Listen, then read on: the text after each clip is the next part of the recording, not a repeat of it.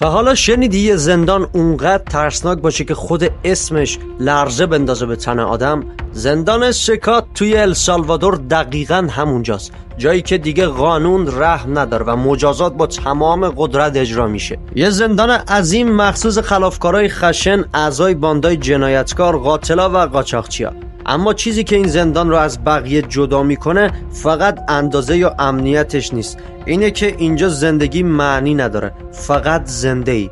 همین. قرار نیست کسی اینجا بازپروری بشه، اینجا فقط میخوان خلافکارا رو از صحنه جامعه حذف کنن. توی این ویدیو قرار دقیق بریم سراغ پشت پرده ای ساخت این زندان، نحوه مدیریت اون، زندگی داخلش و واکنش دنیا نسبت بهش. پس آخر این ویدیو با من همراه باش، چون قراره با واقعیتایی روبرو بشی که شاید باور کردنش برات سخت باشه.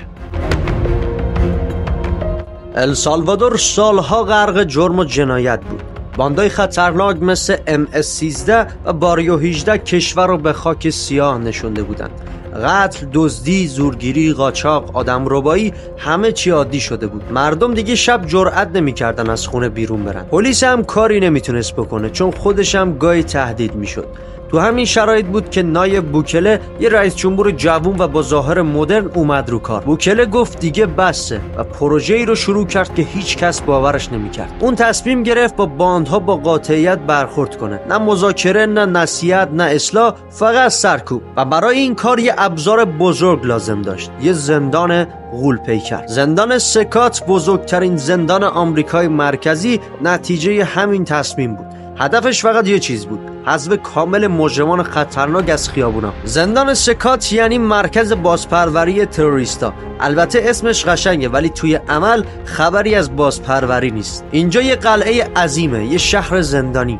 ظرفیتش هم 40,000 نفره، یعنی از بعضی شهرهای کشورم بزرگتره. 8 تا ساختمون اصلی داره و با دیوارهایی که ارتفاعشون وحشتناکه. دور تا دورش پر از دوربین و نگهبانهای مسلحه. زندانیان نه پنجره دارن نه امکانات خاص، فقط یه اتاق تاریک، یه تشک نازک یا حتی بدون تشک. هواخوری هم فقط چند ساعت در هفته است و اونم با مراقبت شدید.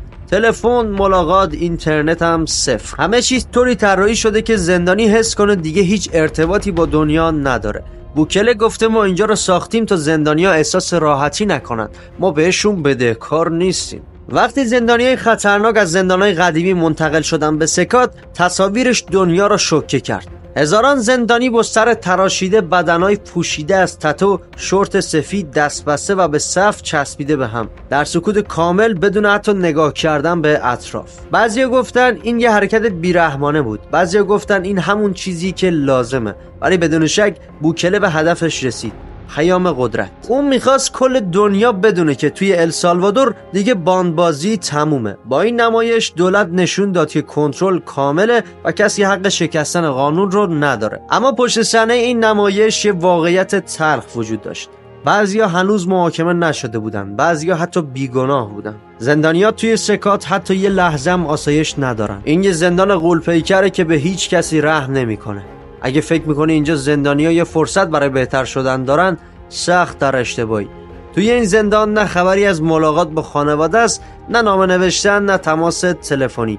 زندانی‌ها همه چیز رو از دست دادن. زندگیشون فقط توی فضای بسته، تاریک، بیره و بی‌انتها محدود شده. مردا با هم درگیری دارن تا جایی که نمیدونن کی قراره درگیر بشن. سر میز غذا هم باید با تمام وجود مراقب باشن، چون تو این زندان هر لحظه ممکنه یه نفر به سمتت حمله کنه. این زندان حتی به مسئله خواب هم اهمیتی نمیده. زندانی‌ها ممکنه حتی شب‌ها هم نتونن درست بخوابن. اینجا دیگه خوابیدن یه نعمت نادره. توی این شرایط امید دیگه برای خیلی‌ها یه واژه بی‌معنا شده، فقط زندن.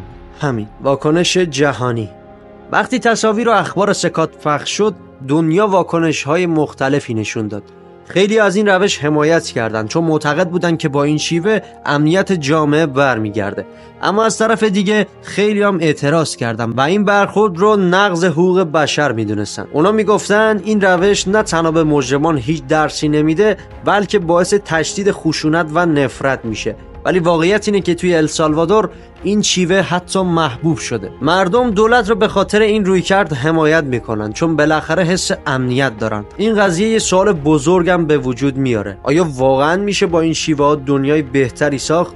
یا فقط یه راه حل مقطعی و کوتاه مدته؟ خب حالا که با هم دیدیم این سکات چه جایه و چه به سر زندانیا میاد، وقتشه که یه جمع‌بندی داشته باشیم.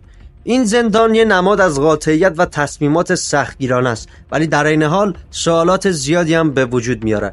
آیا روش‌هایی مثل این میتونن راه حل واقعی باشن یا فقط دنیا رو بیشتر از قبل به خشونت میکشن؟ نظر شما چیه؟ حتما توی کامنت ها بهمون بگید. ممنون که تا اینجای ویدیو با من همراه بودید. اگه این ویدیو رو دوست داشتید فراموش نکنید که لایک کنید و کانال ما رو سابسکرایب کنید. اینطوری میتونید از ویدیوهای بعدی هم با خبر بشید. مواظب خودتون باشید تا ویدیوهای بعدی. خدا نگهدار.